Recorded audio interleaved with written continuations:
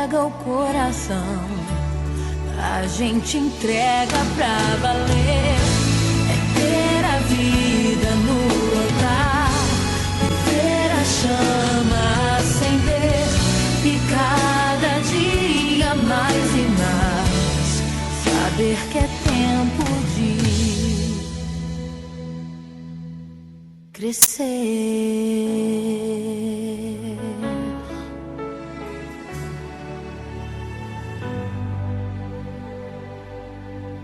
O declínio espiritual, a frieza espiritual, é o resultado de negligência contínua aos meios da graça. Você sabe que são chamados meios da graça, um termo teológico, para representar aqueles meios ou canais pelos quais Deus dispensa graça sobre as nossas vidas. E graça é aquela medida de força espiritual e vigor e direção divina que nós necessitamos para a vida diária. Sem graça ou a graça de Deus, nós não conseguimos viver a vida cristã e nós precisamos da graça de Deus diariamente. Por isso, muitas vezes, a negligência dos usos do meio da graça ou dos meios da graça leva crentes em Jesus Cristo à frieza espiritual. São os meios que Deus preparou, estabeleceu para o nosso crescimento, avanço, vigor espiritual e continuidade na fé. Um desses meios é o estudo diligente da palavra de Deus. Não a mera leitura, mas o estudo diligente da palavra de Deus. Todavia, se eu negligencio o estudo da palavra de Deus, se eu deixo de lado estudar e comparar texto com texto e tentar tirar daqui da palavra de Deus ensino para a minha vida, então o resultado será, a curto termo, frieza espiritual. E este mundo me distrairá demais, e a minha profissão, e a minha carreira, e a minha família, e tantas coisas se tornarão coisas principais da minha vida, e a minha alma, e a minha adoração, e o meu serviço ao Senhor se esfriará. O outro meio da graça dado por Deus é a oração séria. Mas se a minha oração se tornou semanalmente uma oração mecânica, eu estou agora no piloto automático da oração, eu oro rapidamente antes das refeições, de manhã e à noite, eu faço assim por dizer a minha reza, não é? Porque isso deixou de ser um engajamento da mente, da alma com Deus, isso se tornou algo padronizado que eu faço todos os dias, eu deixei de orar, eu deixei de adorar o Senhor, então o resultado será esfriamento espiritual. Outro meio da graça de Deus dado ao seu povo para o avanço, para a firmeza na fé, para a vida na alma, é a comunhão com o povo de Deus no serviço do Senhor e na adoração do Senhor. E porque às vezes nós negligenciamos estes meios da graça de Deus, nós ficamos fracos. E Satanás, observando esta brecha em nossas vidas, irá trabalhar em nossas vidas para o maior esfriamento, para o maior distanciamento espiritual de um crente de Deus e da obra do Senhor, até o ponto que este crente começa a viver uma vida tobogã espiritualmente falando, ele começa a falhar em sua frequência, em sua fidelidade à igreja, ao culto, à adoração, à leitura da palavra de Deus, e gradativamente ele é distanciado.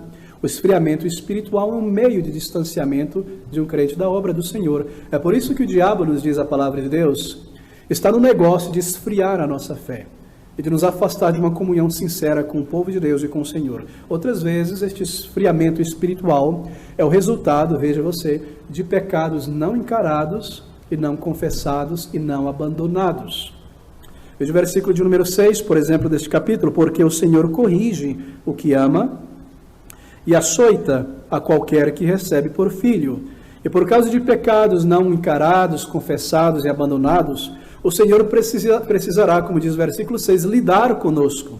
E nós teremos que passar pela disciplina do Senhor, porque o Senhor, em sua grande e imensa misericórdia, não nos deixará por inteiro e por fim nos perder. Ele é um Pai de misericórdia, mas por causa desta frieza, nós talvez teremos que cair na disciplina do Senhor. E meus queridos irmãos, frieza espiritual que nos leva a um afastamento da comunhão sincera com Deus e com o povo de Deus, é uma maneira certa de colocar a vara na mão de Deus. Olá, graça e paz da parte do nosso Senhor e Salvador Jesus Cristo. Bem-vindo à 5ª Conferência Teológica da Igreja Batista Central de Vitória no Espírito Santo. Sabemos que estamos vivendo um momento diferente, um momento diferenciado em função do novo coronavírus, da pandemia que foi decretada pela Organização Mundial de Saúde em função desse novo coronavírus. Sabemos que o isolamento social trouxe algumas dificuldades. O nosso tema este ano tem muito a ver com tudo isso. Embora tenhamos escolhido muito antes da existência da pandemia, muito antes de pensarmos em pandemia, mas isso mostra o quanto Deus tem o controle de tudo para que nós possamos crescer e compreender cada vez mais sobre a obra de Deus nas nossas vidas. Nós queremos falar nessa quinta conferência sobre os meios da graça. O que são meios da graça? Nós vamos estudar sobre isso, nós vamos falar muito sobre isso, e eu espero que você possa crescer cada vez mais no conhecimento da palavra de Deus, daquilo que Deus realmente tem a falar ao seu coração. Veremos na nossa conferência alguns assuntos muito importantes. Como você pode ver, o nosso tema central, principal, é crescendo na graça. É possível viver em comunhão com Deus? E aí, durante esses 3 dias, estaremos falando sobre o que é crescer na graça, falaremos sobre a oração individual e coletiva para o crescimento da graça, a leitura bíblica individual e coletiva para o crescimento da graça, a meditação bíblica para o crescimento da graça, o culto, a adoração para o crescimento na graça, a comunhão para o crescimento na graça e, por fim, a pregação bíblica para o crescimento da graça. Estarão conosco o pastor Vanderlei Lima, pastor da Igreja Batista Ágape, em Viana, o irmão Misael Reis, da Igreja Presbiteriana, e o pastor Jairo Carvalho, da Assembleia de Deus. Além de eu mesmo estarei falando sobre alguns desses temas. E é muito importante que você possa participar ativamente. Nós estaremos mantendo o nosso canal do chat aberto para que você possa conversar no decorrer da nossa transmissão. Todos os estudos na sexta, no sábado, são gravados, por isso você vai poder interagir. E no domingo estaremos fechando, o pastor Vanderlei Lima vai estar falando pela manhã, e eu à noite estarei falando sobre a pregação bíblica para o crescimento na graça. Então, esses estudos são fundamentais para o nosso desenvolvimento, para o seu crescimento. Eu espero que você possa compreender, crescer cada vez mais realmente na palavra de Deus e naquilo que Deus tem para falar a você. Essa nossa primeira palestra, então, nós vamos falar sobre os meios da graça, as questões preliminares. O que são esses meios da graça? O que significa isso? E eu quero começar lendo a palavra de Deus.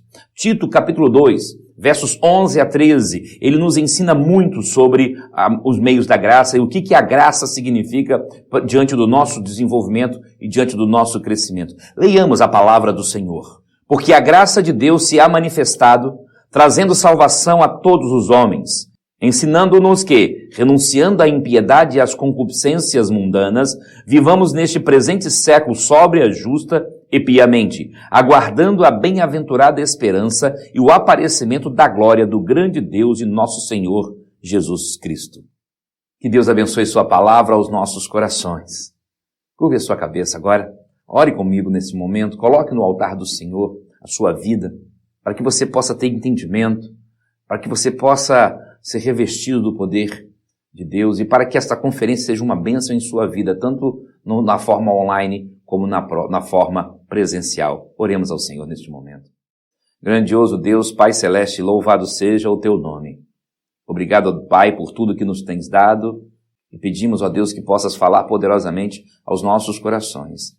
Derrama sobre nós, Senhor, o Teu poder, Tua graça e a Tua misericórdia e que nesta conferência, Senhor Deus, aprendamos mais e mais de Ti. Oramos em nome de Jesus. Amém. Quando se fala em meios da graça, nós temos algumas dificuldades e alguns problemas que precisamos resolver, algumas arestas temos que aparar para que nós possamos compreender melhor. Então, como nós falamos, como meio, entende-se o recurso empregado para atingir algum objetivo. Isso é de fato o que nós podemos entender. O dicionário Aurélio que nos traduz dessa forma. Então, meio aqui pode ser traduzido como modo ou recurso. Isso então compreende a ideia do modo que a graça opera em nós para o nosso desenvolvimento e aprendizado espirituais. Então isso é muito importante. Agora, é claro que nós precisamos compreender também como a graça opera no meio de cada um de nós e também na igreja como um todo. E é isso que nós vamos procurar ver no dia de hoje. Então a primeira coisa que nós temos que ver aqui é como é que funciona a questão da Igreja Batista. Nós somos da denominação batista, essa é uma conferência teológica de uma igreja batista, e é importante que nós entendamos isso. Há no meio batista alguma resistência com relação à expressão meios da graça. Isso por causa de muitas dificuldades que nós temos. Essa resistência ocorre em virtude, principalmente, de algumas expressões que nós batistas temos dificuldade de aceitá-las, como, por exemplo, sacramento.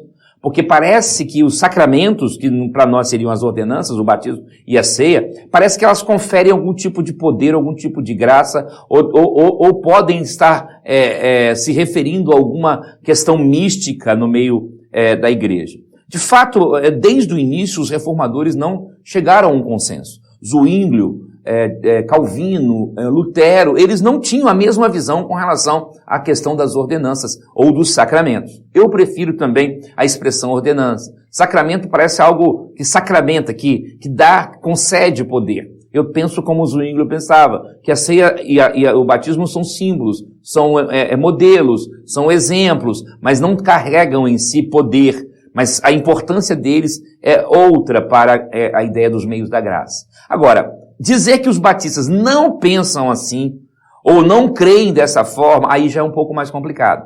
Porque, na realidade, nós batistas brasileiros passamos a tirar essas expressões do nosso meio, de um tempo para cá. Por exemplo, a nossa declaração doutrinária, ela é recente, ela é de 1986. Se olharmos para trás, onde nós temos confissões de fé em 1609, 1611, 1614, 1644, 1689, 1833, que é a de New Hampshire, que deu origem à nossa confissão de fé, que foi utilizada por nós até 1986. Então nós estamos diante de uma denominação que usava a expressão, só fazia esses devidos ajustes que nós falamos com relação a determinadas expressões, como sacramento ou coisa parecida. Então, por exemplo, a confissão de fé de 1833, de New Hampshire, foi a confissão adotada pelos batistas brasileiros. E a confissão de fé de New Hampshire, que foi adotada pelos batistas brasileiros, ela reza no meio dela algumas expressões que nos lembram a ideia dos meios da graça. E mais, a mãe dela, que é a confissão de Londres, de 1689, ela já vinha com algumas expressões apenas que foram substituídas. Por exemplo, nós temos na confissão de 1689, no capítulo 14, a ideia dos meios da graça, mas escrito de uma outra forma. Então ela diz assim: com a palavra, a administração do batismo, a ceia do Senhor, a oração e outros meios designados por Deus, a fé é aumentada e fortalecida. Então a confissão de Londres, de 1689, não usa a expressão meios da graça, mas confirma que os meios designados por Deus existem. Então esses meios designados são o que outras denominações chamam de meios da graça. Então não há aqui nenhuma dificuldade. Ainda no meio batista, aquele que é considerado príncipe dos pregadores, um batista, ele criou o catecismo, né? E nas suas perguntas 71 e 74, Charles Spurgeon, ele mostra exatamente isso.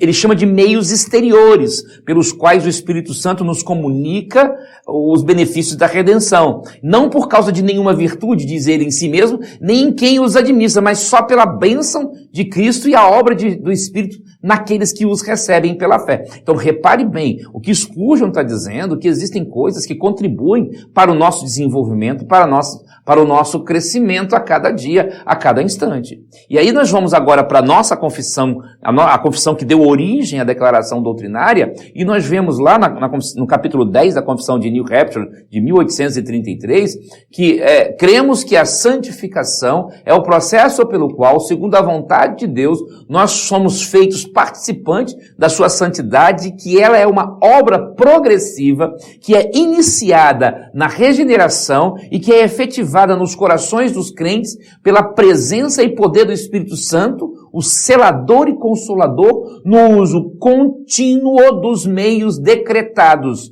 especialmente a palavra de Deus, o autoexame, a abnegação, a vigilância e a oração. Então, o que acontece? Nós estamos diante da confissão de fé que deu origem à nossa confissão atual. Nós podemos chamar a declaração doutrinária da Convenção Batista Brasileira como nossa confissão atual. E ela reza exatamente isso. E ela rezava, a New Hampshire, rezava exatamente isso, o uso contínuo dos meios decretados. Então, esse uso contínuo dos meios decretados mostram que realmente no meio batista havia esta ideia dos meios da graça. Também ainda no capítulo 12 da mesma confissão, aí é usado a expressão meios de graça associados, com o estabelecimento da igreja visível no final do seu capítulo de número 12. Então, essa forma de falar aponta para a ideia de que os batistas já criam e já viviam a ideia dos meios da graça. Então, tudo isso aponta para uma vida cristã autêntica, para uma vida cristã de desenvolvimento. Também o capítulo 15, ainda da confissão de New Hampshire, diz que nós temos o meio da graça pela observância devota de todos eles. Então, através da observância devota dos meios da graça, o cristão cresce e se desenvolve. Então, podemos concluir que os batistas têm em sua tradição a ideia dos meios da graça. Ainda que tenhamos diferenças em relação a outros grupos, ainda que usemos outras expressões em determinadas áreas, mas, na realidade, apenas nos últimos 50 anos tem sido mudado essas expressões no meio batista. Mesmo a palavra sacramento, que não é muito bem vista no meio dos batistas brasileiros, ela é usada por outros batistas pelo mundo afora, não necessariamente reformados, não necessariamente calvinistas, como alguns pensam e alguns tentam dizer. Então, o que nós podemos ver? Que os meios da graça existem.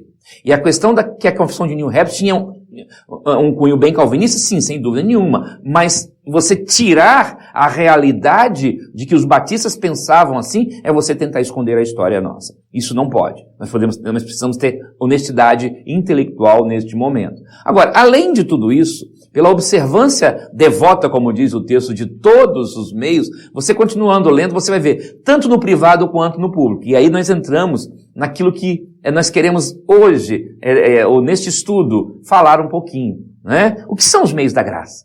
No que consiste esse meio da graça? Então, apesar dessas dificuldades que nós temos no meio da nossa denominação, nós temos esses meios da graça. Nós temos meios de nos desenvolvermos, crescermos cada vez mais. Então, como nós vimos nos nossos documentos anteriores, nos nossos documentos históricos dos batistas, nós cremos sim nos meios da graça e no desenvolvimento dela. Mas o que isso significa? O que são esse meio da graça? E aí, nós vamos para aquilo que Paulo falou.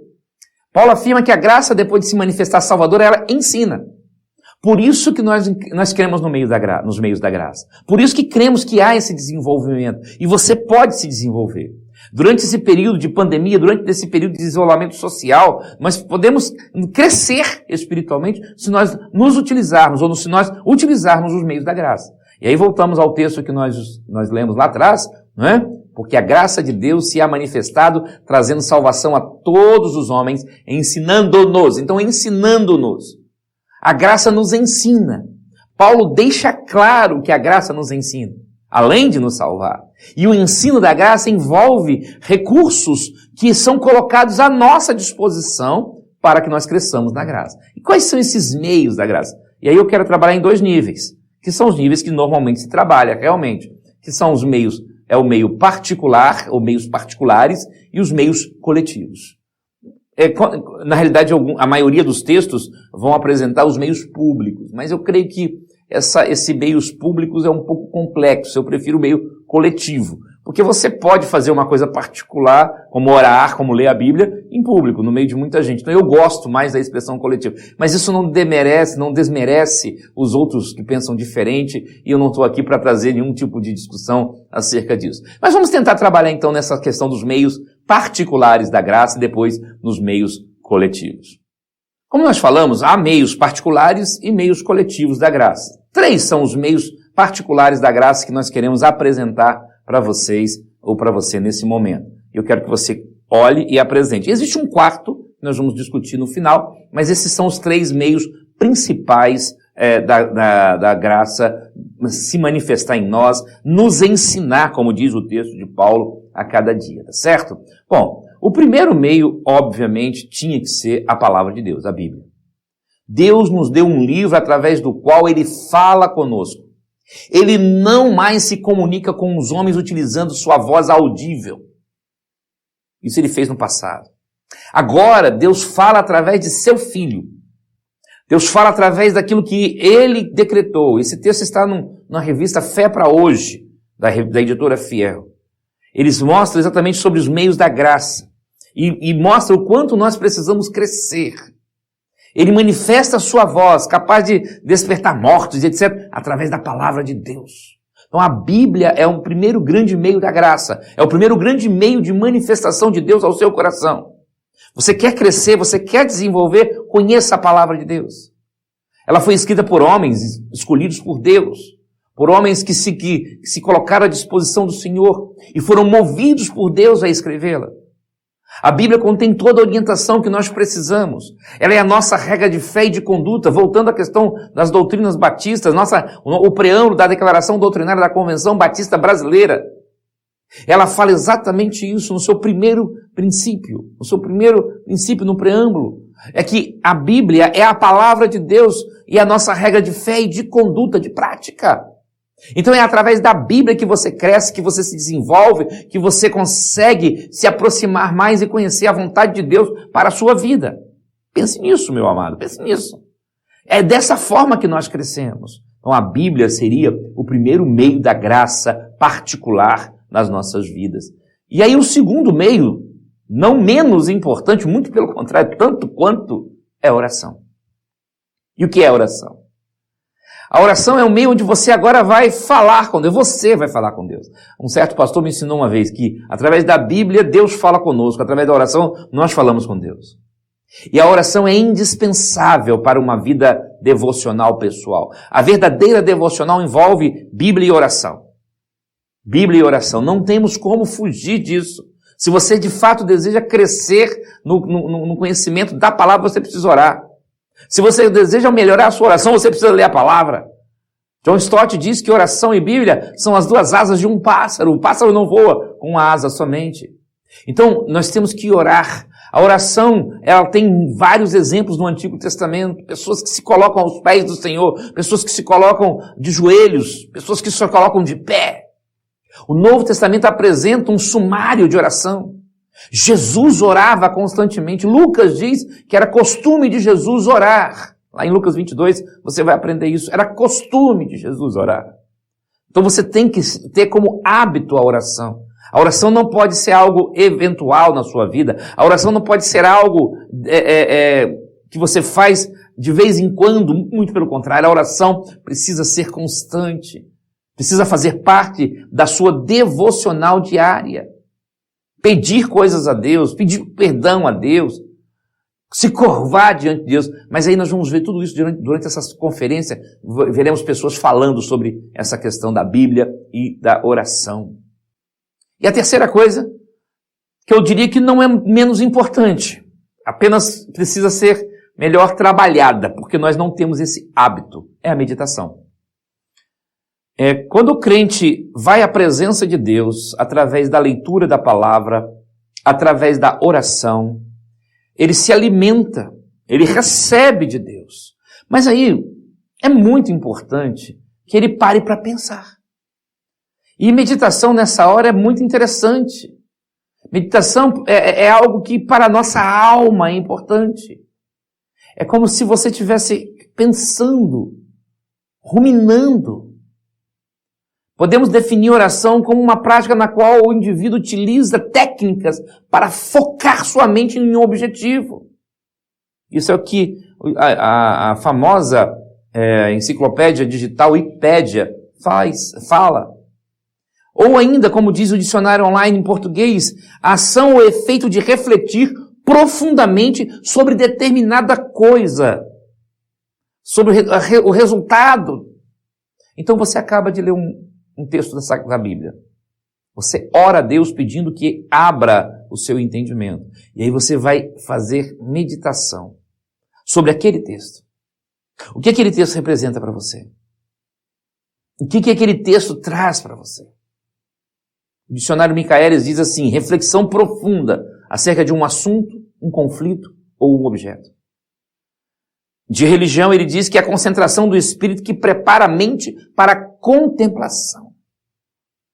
Ainda dentro de religião, o mesmo dicionário vai dizer conjunto de processos mentais com o intuito de se desligar do mundo material a fim de acalmar a mente e estabelecer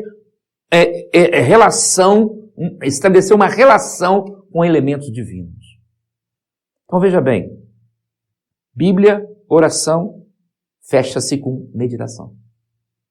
Então a meditação, ela fecha tudo isso. É uma coisa que nós não temos o hábito. Eu li um livro há muitos anos atrás chamado O Pastor Contemplativo, onde o autor mostrava exatamente isso. Da importância que é você às vezes parar para meditar, pensar, refletir. Então é muito importante que nós tenhamos essa visão nas nossas vidas. Mas existe uma outra coisa. Existe outra questão com relação a isso. Alguns gostam de colocar o jejum como um meio da graça. Será que ele é? Particularmente eu acredito que sim. Mas o problema é que eu acho que ele precisa ser feito nos moldes que Jesus nos ensinou. E é aí que entra o problema. Porque Jesus nos ensinou que se você fizer jejum, por exemplo, ninguém deve saber que você está fazendo jejum. As pessoas não costumam fazer dessa forma. Então o jejum é uma coisa à parte. Na antiguidade, os reformadores e aqueles que criaram essas expressões, eles não se preocupavam com a ideia de jejum. E quando você olha para o Novo Testamento, parece que Jesus também não tem essa preocupação. Ele chega ao ponto de dizer que por ele estar ali presente, os discípulos ele não precisavam nem sequer jejuar. Só que agora ele não está presente, fisicamente. Mas ainda assim nós temos que tomar muito cuidado quando nós pensamos no jejum.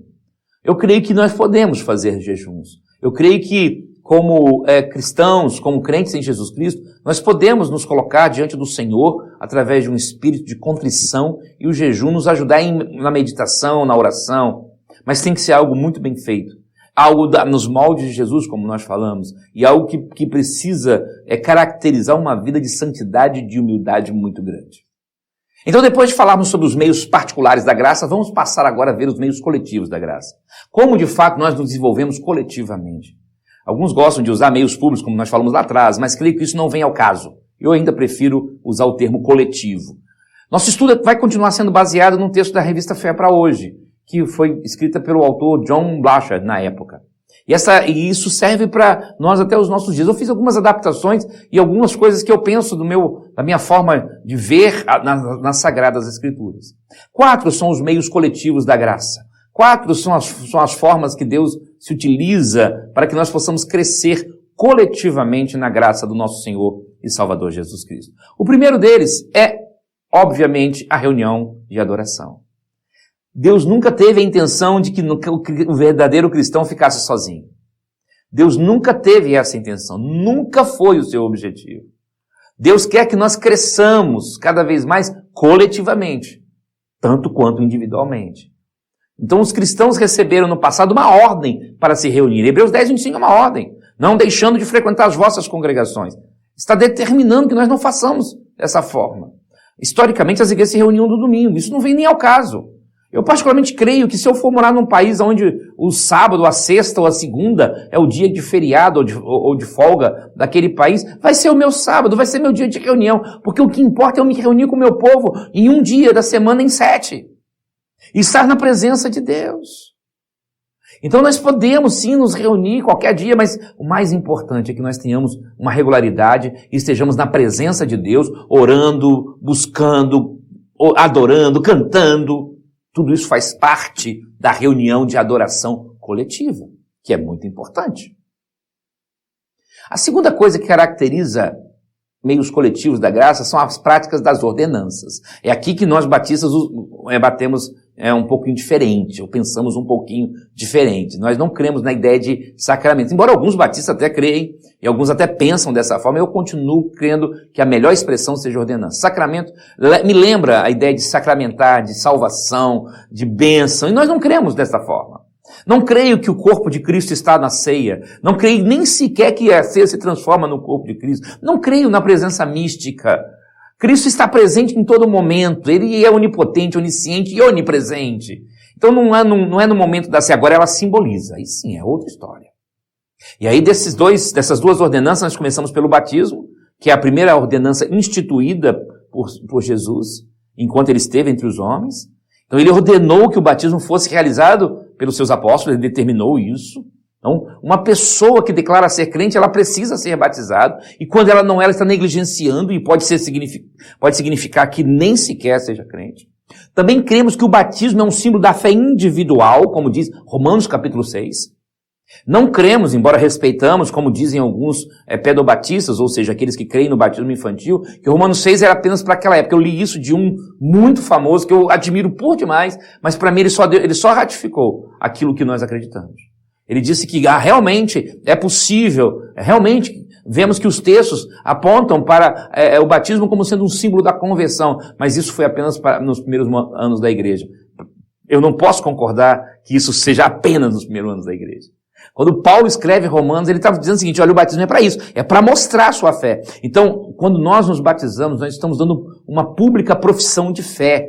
E as pessoas são impactadas. Então, é um meio de crescimento coletivo, não só dos crentes, mas também daqueles que são eleitos de Deus e são transformados através do impacto do significado do batismo. O morrer para o mundo e o nascer para Cristo. Não há simbolismo maior do que a imersão por causa disso. Você morrer para o mundo, nascer para Cristo. Isso simboliza todo o batismo. Respeitamos aqueles que pensam diferente, admiramos muitos dos que pensam diferente, amamos muitos dos que pensam diferente, mas a realidade do batismo, biblicamente falando, principalmente em Romanos 6, é fantástica. E aí o batismo se torna a primeira grande ordenança. A segunda é a ceia. A ceia também é apenas um símbolo. É um símbolo que aponta para a comunhão que nós temos com Cristo, e é um símbolo que aponta para a comunhão que a igreja tem consigo mesma.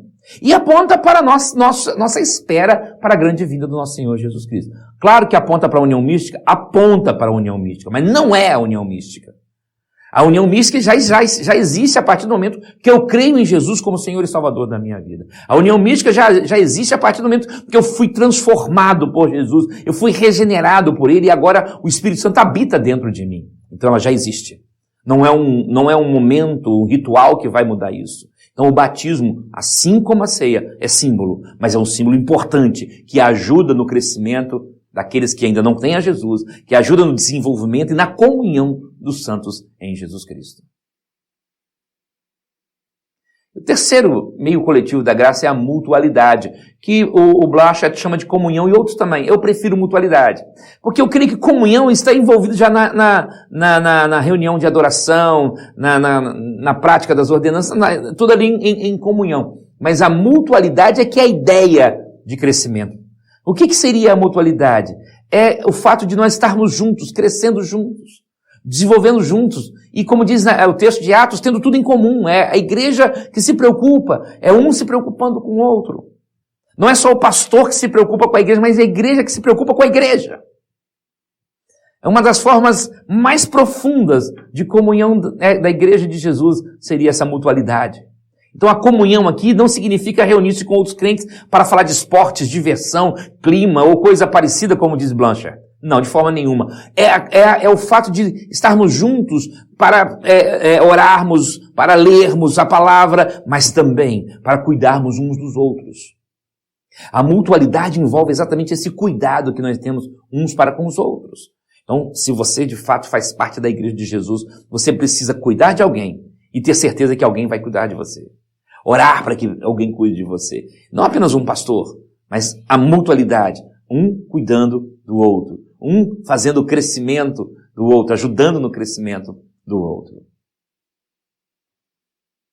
E por fim temos a oração coletiva. Aí nós temos uma coisa muito importante. As igrejas primitivas, elas se reuniam para orar. Nós infelizmente fazemos pouco isso. Eu creio que deveríamos fazer um pouco mais. E eu creio que nossas orações deveriam ser mais bem definidas. Orar por isso. Definirmos por que estamos orando. Essa pandemia nós estamos aprendendo isso. Não é para ficar horas e horas, mas orar por aquelas pessoas que necessitam, por aquelas pessoas que precisam. Claro que também é importante estarmos aos pés do Senhor. Claro que é muito importante buscarmos isso. A união da oração fortalece a igreja. A união na oração estabelece uma maior comunhão. Por isso que eu falei que eu troquei comunhão por mutualidade. Porque a comunhão ela está em qualquer uma dessas coisas, em qualquer uma dessas práticas que nós acabamos de falar. Na reunião, nas ordenanças, na mutualidade e até na oração. A oração fortalece essa comunhão. A comunhão para mim é um resultado de tudo isso. E a reunião de adoração, a prática das ordenanças, a mutualidade culminando com a oração coletiva, apontam para o nosso crescimento, para o nosso desenvolvimento. E o que nós aprendemos? Aprendemos que, na realidade, os meios da graça, então, eles existem. Que, embora nós batistas tenhamos algumas dificuldades de aceitar essas expressões, eles existem. Os meios da graça podem nos fazer crescer cada vez mais e nos fazer desenvolver cada vez mais. Precisamos buscar a cada dia, a cada instante, crescermos na graça do Senhor Jesus. Se você de fato entendeu o que nós falamos aqui, coloque-se no altar do Senhor a cada dia. Comece através dos meios particulares. Comece através da oração, da leitura da palavra, da meditação. Mas também não deixe de frequentar a sua igreja, como é costume de alguns, como diz Hebreus capítulo 10, verso 25. Busque participar ativamente das ordenanças do Senhor. Cresça cada vez mais na graça do nosso Senhor e Salvador Jesus Cristo. Que Deus nos abençoe, que Ele complete estas palavras em seu coração. Até a próxima, se Deus assim nos permitir.